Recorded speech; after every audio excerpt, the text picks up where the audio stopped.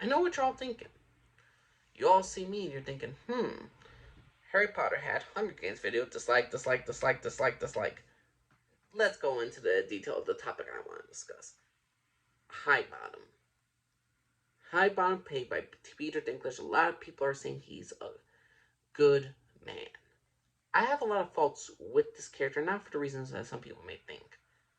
High Bottom is the creator of the Hunger Games. He started the Hunger Games. And the things that dropped in the beginning of the entire film, The Ballad of Songbirds, Ice and Fire. No, I did not read the books. Don't plan on it. Talking about the movie.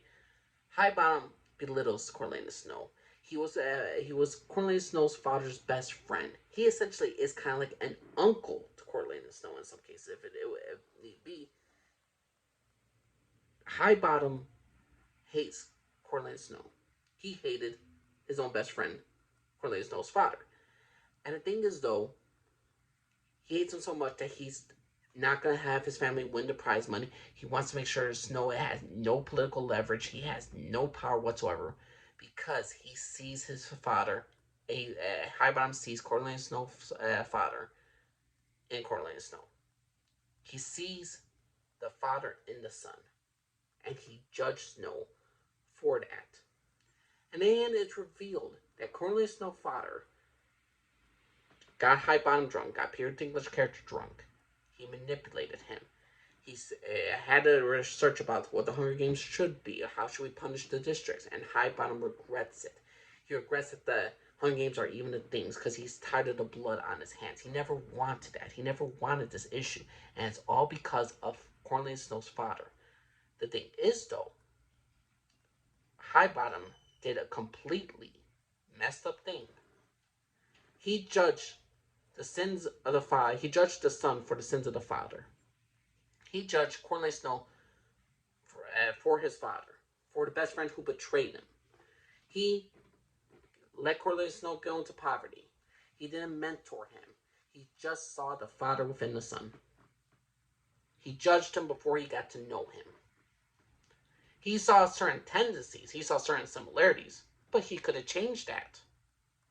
People say, well, he was a broken man. He started the Hunger Games. He didn't like it. Sorry about that. But it's understandable. The thing is, though, who is Coriolanus Snow shaped by? Who is Coriolanus Snow shaped in the freaking Hunger Games? He's shaped by his Gam Gam, his grandmother.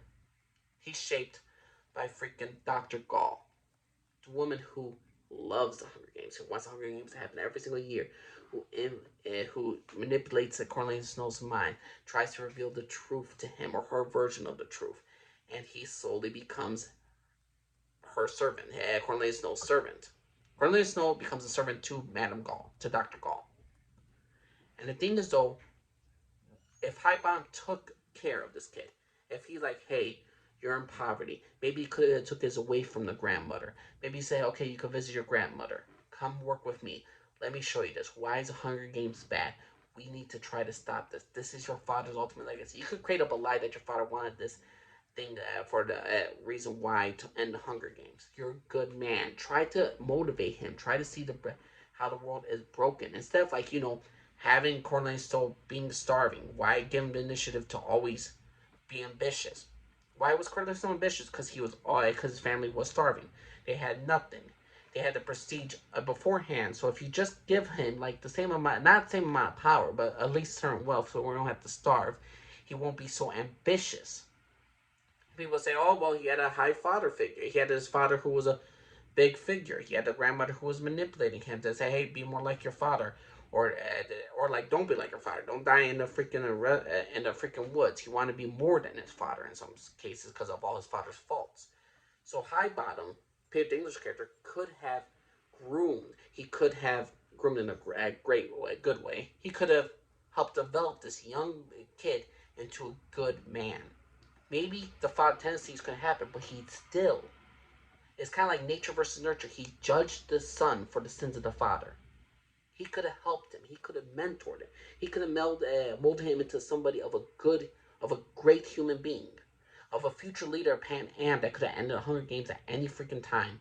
But no, he judged a young teenage kid who was starving, who Highbottom knew about the situation. He was happy that the Snows were like that. But I wonder how Highbottom felt. Did he judge Cornelius Snow's cousin, Tigress?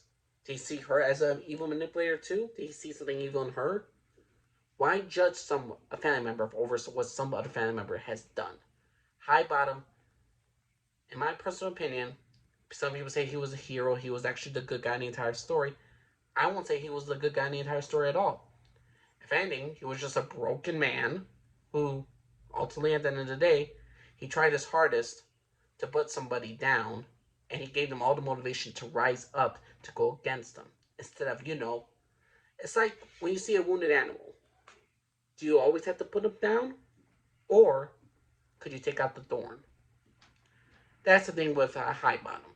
I do believe he made a wrong call with Snow, but that's my personal opinion. What do you all think of Highbottom painting this character? Do you think he was a good guy? Do you think he was a bad guy? Do you think he did good for President Snow?